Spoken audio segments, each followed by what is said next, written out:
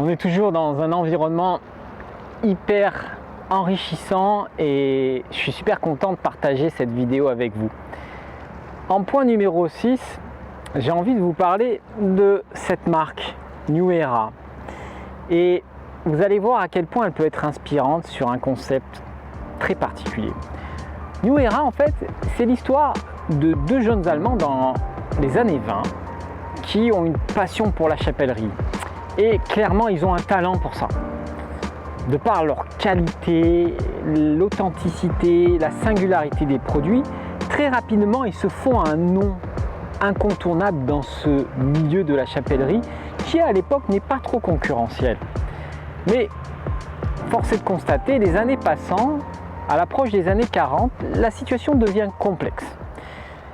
La concurrence commence à venir, la guerre a eu un impact et l'entreprise collectionne les difficultés.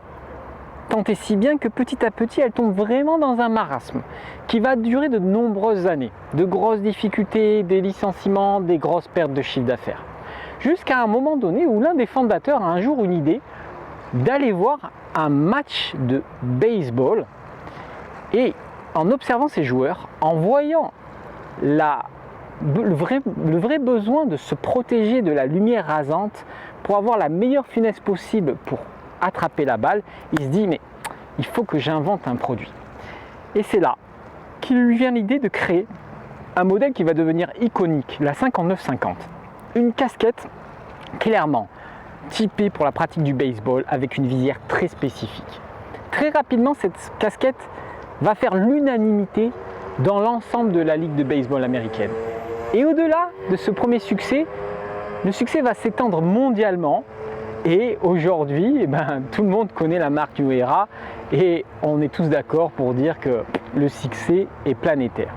Alors, lancement, déclin, marasme, renouveau, on touche du doigt un modèle très spécifique qui a été créé par un philosophe et un coach américain, Frederick Hudson. Le modèle Hudson qui consiste à voir la vie à travers différents chapitres. Alors, pour expliquer ce concept, on va parler d'abord de ce que Frederick Hudson a eu besoin de faire pour le construire et le proposer, à savoir un changement de paradigme. Oula, attention, qu'est-ce qu'il raconte? Non, ne t'inquiète pas, un paradigme c'est quoi? Je vais te prendre un exemple. Pendant très longtemps, il y a très longtemps, il y avait des personnes qui pensaient que la Terre était plate. On était tous à cette époque à penser que la Terre était plate. Et puis, la logique du doute s'installant, beaucoup de personnes ayant perdu la tête ou s'étant retrouvées au bûcher, cette logique se faisant, on a tous admis que la Terre était ronde. Voilà un changement de paradigme. En gros, un paradigme, c'est un modèle de pensée, une manière de penser. Frederick Hudson part du principe qu'il y a 4 grands changements de pensée à concevoir.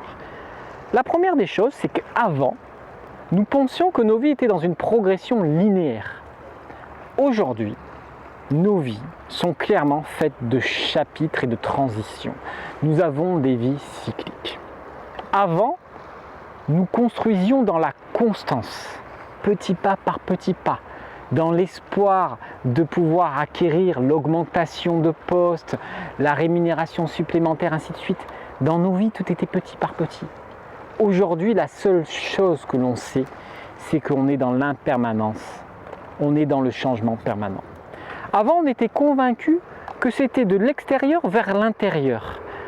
L'État, l'école, notre environnement étaient garants de notre sécurité, de notre développement. Aujourd'hui, ce que l'on sait, c'est que la sécurité est à l'intérieur de toi. La sécurité est à l'intérieur de toi.